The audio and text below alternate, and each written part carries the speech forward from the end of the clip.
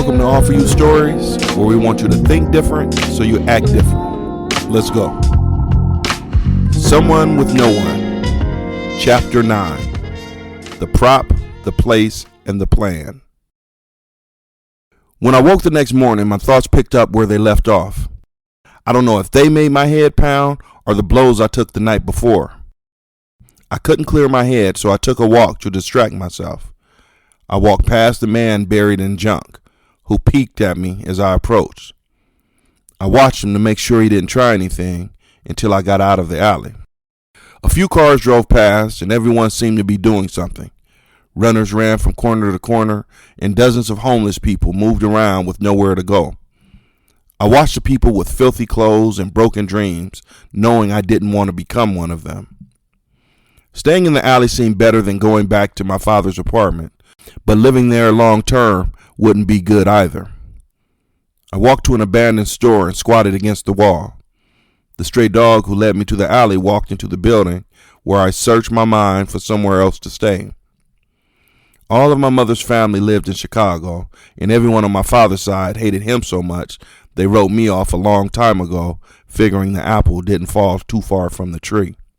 The only other place I ever slept is Andre's, but he lived in juvie now.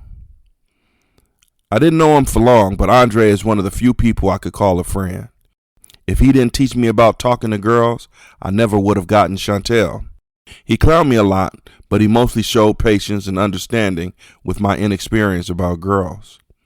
I reminisced about how much fun we had, then thought about him being locked up, and it saddened me.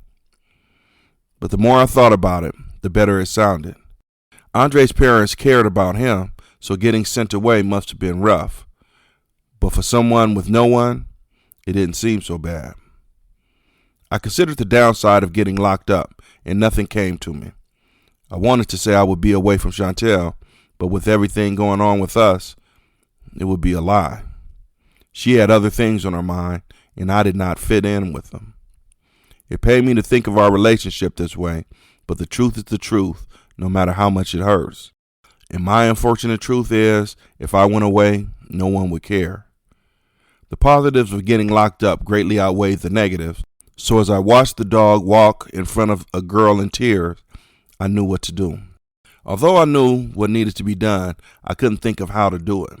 There were certain things simply out of the question. I didn't want to hurt anyone or do anything I couldn't take back. A boy named Marvin, who used to sit behind me in social studies, recently got arrested for robbing a liquor store. Word is he took a gun into the store, started to rob the man behind the counter, got scared, and then tried to run out.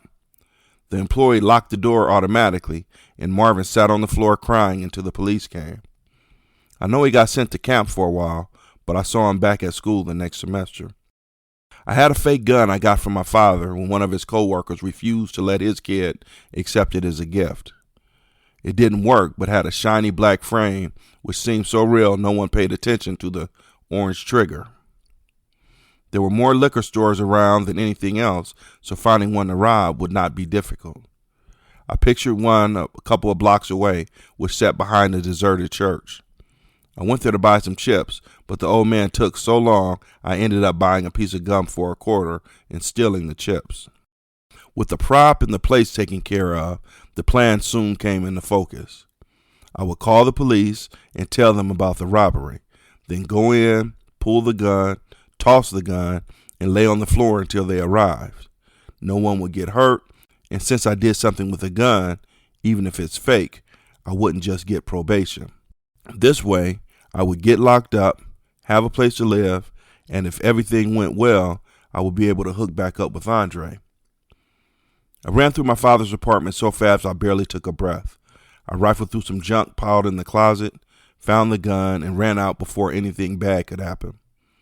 On the way back to the alley, I saw several drug deals, 2 fights, and somebody running from someone who probably had a knife. None of this disturbed me, and to be honest, it felt normal. Would jail be like this? I watched the store I intended to rob for about 20 minutes. The same old man, who may have lived back in the day when they invented karate, worked the counter. I kind of felt bad about threatening him, but considering he moved so slowly, I did not see how things could possibly go wrong. By the time he figured out what happened, the police would have arrived and slapped the cuffs on me. I got back to the alley and went over the plan again. I didn't want to become a criminal, but what else would I become? Where would my life end up? I searched for answers but came up empty. I once had a teacher named Mr. King who used to say how we all have a place in this world and have to figure out where we fit in. Maybe my place in life is a jail cell. I felt at ease with my destiny, but the idea of my life changing so drastically made me pause. I thought about all the things I had to lose, but it was a quick thought. I thought of the beat-up doll buried in the far-off garage. I couldn't help but wonder why no one looked for me. A bottle broke, and it sounded like someone approaching, but when the wind stopped, no one came.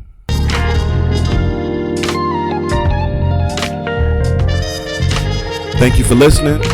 Please like, subscribe, tell somebody else about us, and do what needs to be done. Peace.